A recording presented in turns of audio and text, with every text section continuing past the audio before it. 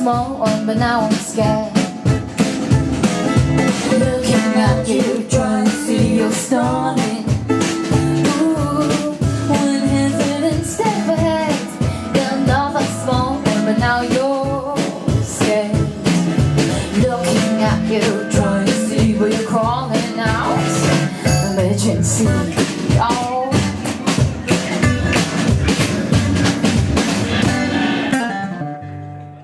Please give a warm hand to Aviran, and let's go. What I'm going to talk with you about is how we monitor weak servers, and actually from a small startup to what we're doing now and how we grow our monitoring system. So when you're a small startup, you're probably starting with a website, right? So this is the homepage, and you want to know that your application is up and running. And usually when you first launch your website and everything, it's working, it's up there. And you have to monitor. So how do you monitor your first launch? Probably by doing this, right? You click F5 and, hey, it's up. I'm being monitored. But that's not quite scalable, because after a while, you'll get to this point. And this is kind of our story, right? So if you want to monitor our website, so what we're going to do, we're going to use some kind of a cloud-based service, or that's going to ping our homepage and see if it's up and running. So we looked around and we started to use Pingdom. So what basically Pingdom does is ping, right? So it goes and pings your homepage. It's great, it's running 24/7, I don't have to sleep next to my computer. It does that from different geolocations. But that's not the right thing to do, right? Because if the homepage works, it doesn't mean that everything else works, right? It's just the homepage. And once you know there's a problem, it's probably too late, because it doesn't monitor APIs, doesn't monitor flows inside your applications.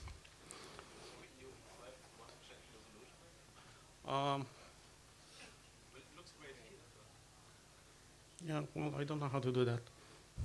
You'll have to take my word. The slides are going to be available online, so I'm going to read it back to you. So in order for us to monitor flows, there's a different service that we started using, and it's called Keynote. Keynote basically goes through a flow of your website. So you recode the flow, and it's starting to replay the flow. And Wix was a Flash website builder before we moved to HTML5, so it's kind of a fit because it supports Flash and, again, different geolocations. But the problem with that is that you have to manually record each and every flow. So once you add a new flow, you have to go and record a new flow. And again, if there is something wrong, you probably gonna know it too late. When the service is down, that's the only point that you're gonna actually figure out the problem. So our operation guys, they said, well, we want to know we want to monitor our servers, right? So how about we'll put Nagios? That's the holy grail of monitoring, right? So we put Nagios in place, and we were all happy. We monitor the servers. We can look at graphs in Graphite, and we can write our own custom checks. But that doesn't complete the picture. Because initially when we first put Nagios in place, we monitored something like in the operating system level, like CPU and hard disk space, but it doesn't really monitor your application. And that's what we're all about. We don't care about the hardware. We want to see that our application works. I don't care that CPU is like 50%. It's fine, because if I want to scale out, I do care about, but what I care about in the day-to-day life is that my application actually works. You can do application monitoring with Nagios, but you have to write your own custom scripts for that. And once you grow bigger than a few servers, it's hard to manage large-scale environment with Nagios because you have to distribute the scripts and configurations, and that's kind of hard. So we wanted to look inside the application, right? Because that's our business. Our business is service. We want to monitor the service. So how do you monitor the service? How do you know what's going on in the application itself? The most obvious thing that, well, we're all developers. Who is a developer? Well, most of us are developers. The way we look in the application, what's going on in production, we write logs, right? So logs are great. They tell you a bunch of information. Everything is written. You write logs like crazy. I haven't met a single developer that knows how to configure logs properly. I don't know how to configure logs properly. Well, maybe the one that wrote log4j, maybe. What you're going to do to configure log, you go to the internet, oh, this is a nice XML file, I think that will work for me, right? And you stick it in your log configuration. It might work. It doesn't. So when the shit hits the fan and you actually need to look at the logs, oh, wait a minute, that's not all the information I need. And how do I sift through 10 servers with gigabytes of logs, and I need to do gripes, and it's not scalable logging.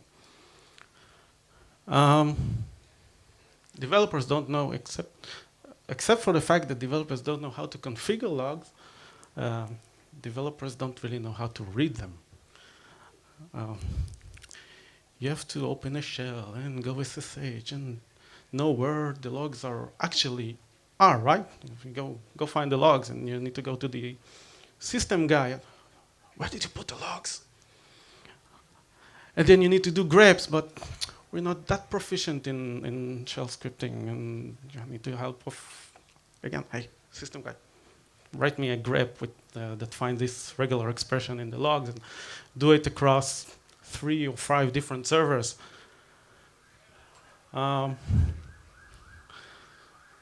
So logs are good, but they're not the answer.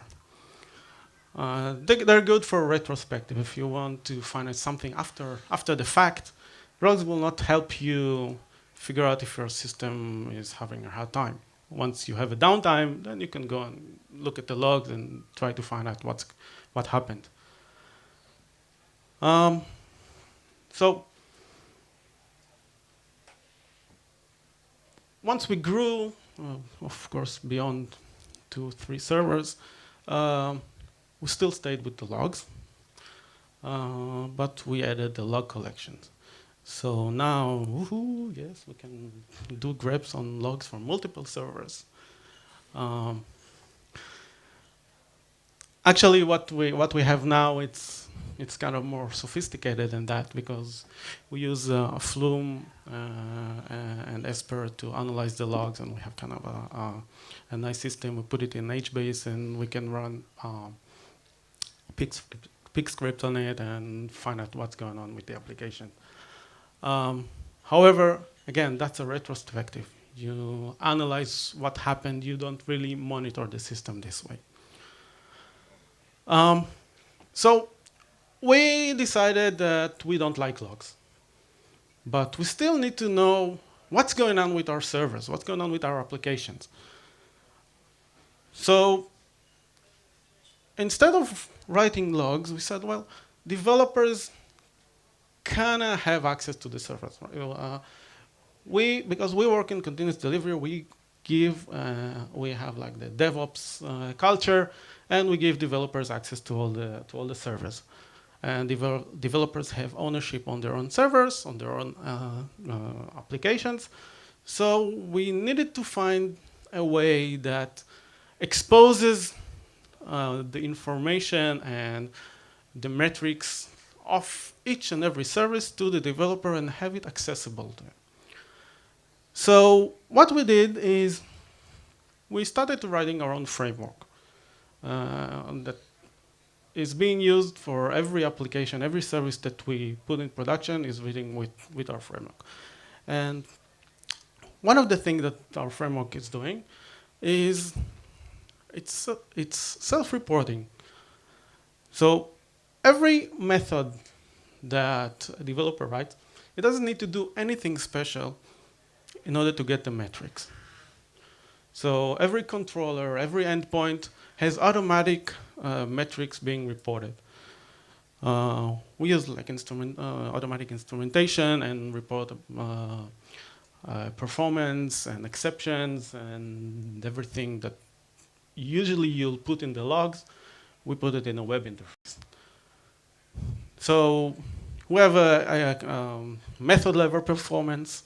We have custom metering where a developer can do its own metering. It doesn't have to be on a method level. If you want to just measure something inside the method, like a small block of code, developers can do that and report to this.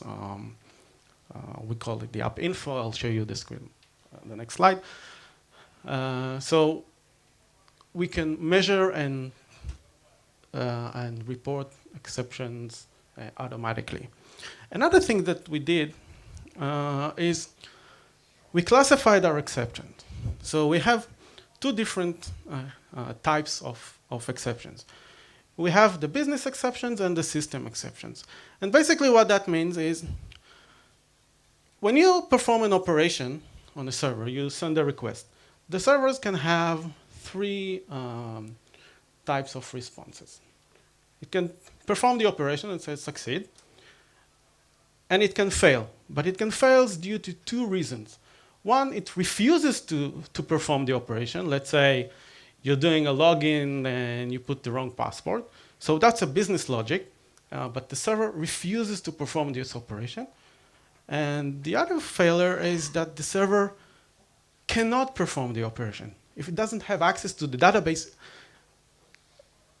as good as my intention are, I cannot perform this operation. So these are the system exceptions. So we classify these two exceptions. So every exception that we throw from application is being classified. And now you can actually have two thresholds of your exception being thrown. So business exception, you will always have business exceptions because, hey, that's my business. So you have invalid data and I don't want to perform. The business logic dictates business exceptions. You always have those. So what we do is we monitor the business exception at a higher threshold. We know that we will always have those. And during normal operation, we know that we'll have like 1, 2, 3, 5, depending on the service, we'll have business exceptions. Now, system exceptions, we should have 0. We should have no system exceptions. In real life, we always have system exceptions. We cannot get database connections, temporarily network glitches.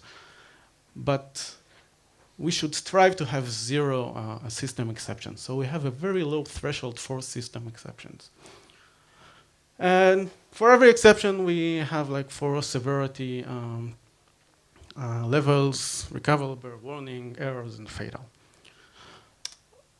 So, well, you can't really see that on this screen. The ones with the monitors can see.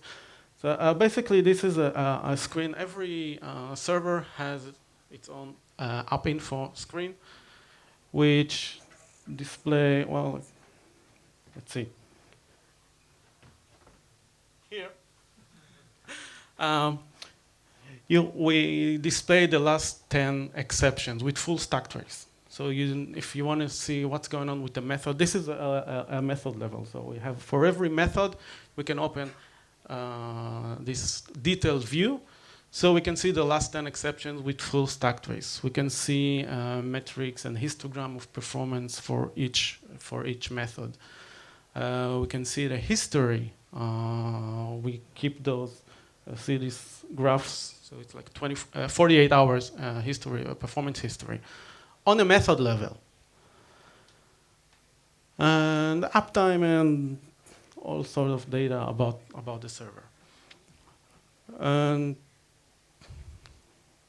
we can use that to actually do the monitoring. So we expose this, we call it the app info. We expose this app info via API, via JSON. And we collect them into Nagios and Graphite, and I can have alerts across multiple servers. But that's a good start, but it's not like the holy grail. App info has its own cones. It's too fine-grained. You can't really see a service level as a service overview. It has too much information. It's good for debugging on production. Okay, so you have a problem and you go and you want to look at the specific server. You want to debug something, and you don't really want to look at the logs. So developers go look at this, and they don't have to figure out, okay, what machines, how do I go to them, how do I find the logs? You just go to the app info and see everything that you need to see on a very detailed level. So we take all this information from our logs and from the app info, and we put it in Graphite, and we have like nice looking graphs, Nagios query Graphite, and triggers, alerts, and everybody's happy. Not really. We have a lot of false alarms. The good thing about Graphite is it has a lot of built-in formulas. You can share graph very easily and create graphs very easily, but it's not a dashboard.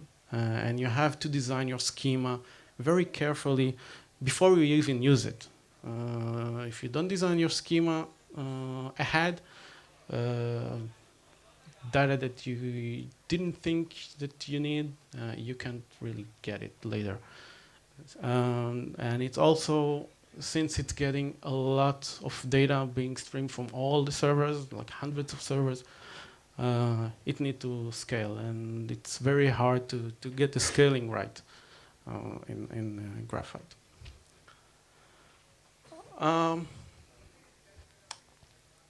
So developers don't really like Graphite also because it's kind of ugly. And you actually need to pre-configure and build the whole dashboard. So what we found very useful also for developers is systems, right? Systems like New Relic. New Relic and AppDynamics, and you have other services like this.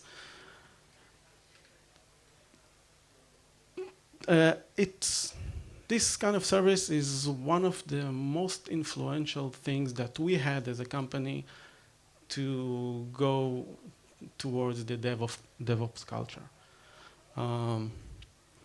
What it allows us is it's very developer friendly. Developers don't really need to do anything in order to see the graph.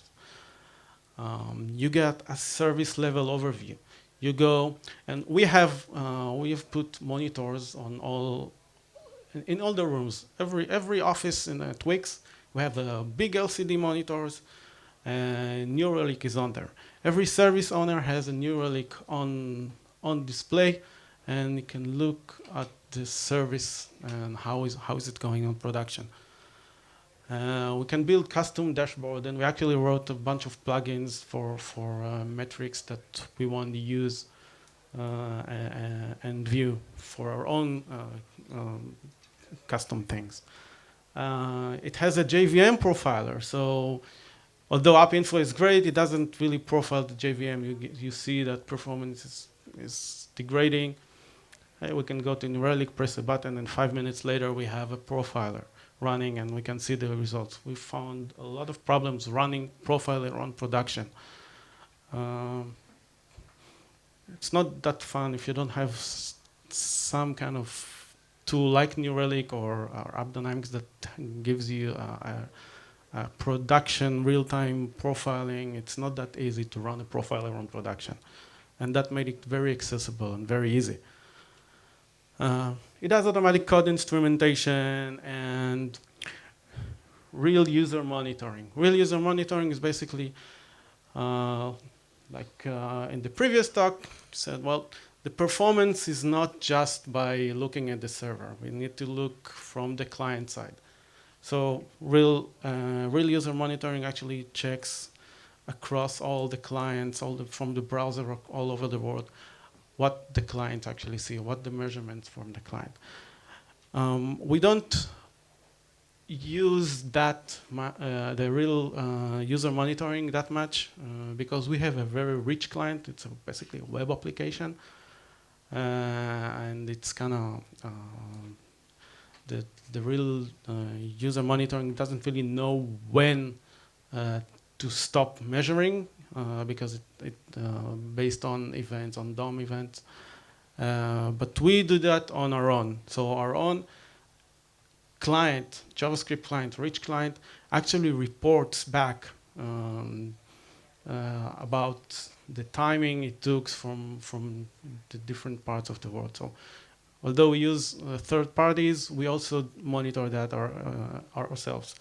So the client has a small JavaScript and reports start, begin, and end. It reports back to the logs, and that's being collected with Flume into Graphite, and we can have also alerts based on real user performance. And New Relic comes with the free version. It comes with hardware monitoring. That's what we initially used that for hardware monitoring, but we put it on all our services. Every single server has a New Relic running on it. It's not the holy grail. It has its problems. If you have a problem, you don't really, in New Relic, you can't really find debug on the distributed transaction. So we're SOA based.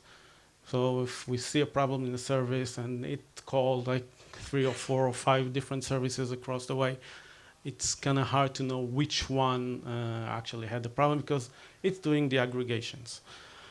It doesn't have exception classification. So what happens is we get a lot of false alarms for misbehaving bots. So we got the business exceptions.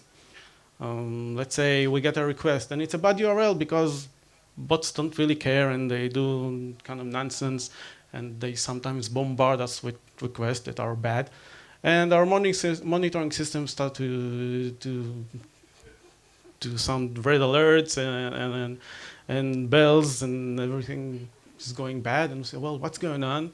And we see like huge spikes in errors. But they're not real errors. It's just a bot. It's a bad request, and it's fine because it's business logic. And so, well, I refuse to serve this request. But still, we get alerts. And the fact that we get false alarms, it's problematic. And another thing that was mentioned in the talk before me is that it's very hard to find. If you have a cluster of servers, it's very hard to find which server actually has a problem. You have like 6, 10, 20 servers. One of them can be flaky. Sometimes you miss it because of averages, and it's hard to pinpoint which one actually has the problem.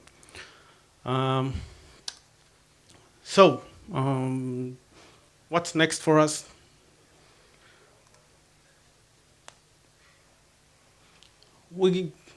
We have all those monitoring tools. We actually use them all. It's not that we started using one and we dropped them. We use all of them. All the tools that I just show you, we use them, and we actually use a bunch more, which I don't have time to go over.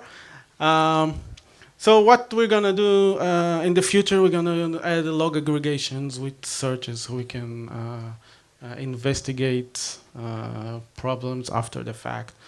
And automatic distributing transaction. We're marking every request between servers, so we can have distributed transaction analysis. We can see which server across the chain actually failed, and we're building a big dashboard that's gonna get the information and metrics from all across those different services, and we can have a view, one single view of here is my world, here is what New Relic says, here is what Graphite says, here is what Pingdom says, and we can have one big view instead of going to all those different services and trying to figure out what's going on. And one of the most important things is alert systems.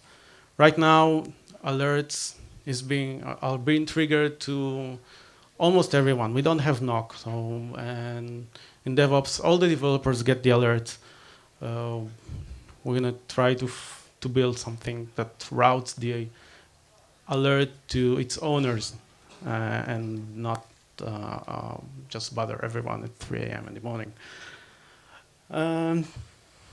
That's pretty much it.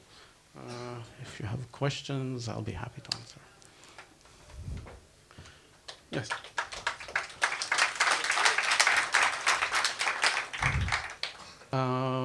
What you ask is if we develop our own custom tools for logging.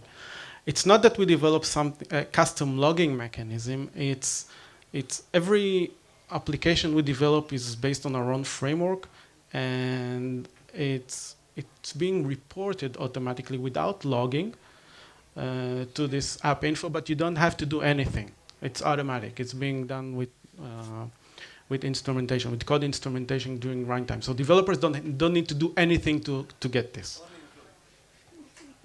Yeah, well, they use the framework, so it's being included automatically. This you mean the server side or also the client side? Server side. Client side, you include the JavaScript and just reports the errors. And again, the client side has its own framework that is being developed, and developers get that for free. Well, the question is, what's the best tool I recommend for starting? Well, you can use all of them, but you don't have to. If you're just starting up, I think that a tool like New Relic or AppDynamic gives you a lot to start with. It's not perfect, but it gives you like 80% of what you need. More questions? All right, so thank you very much.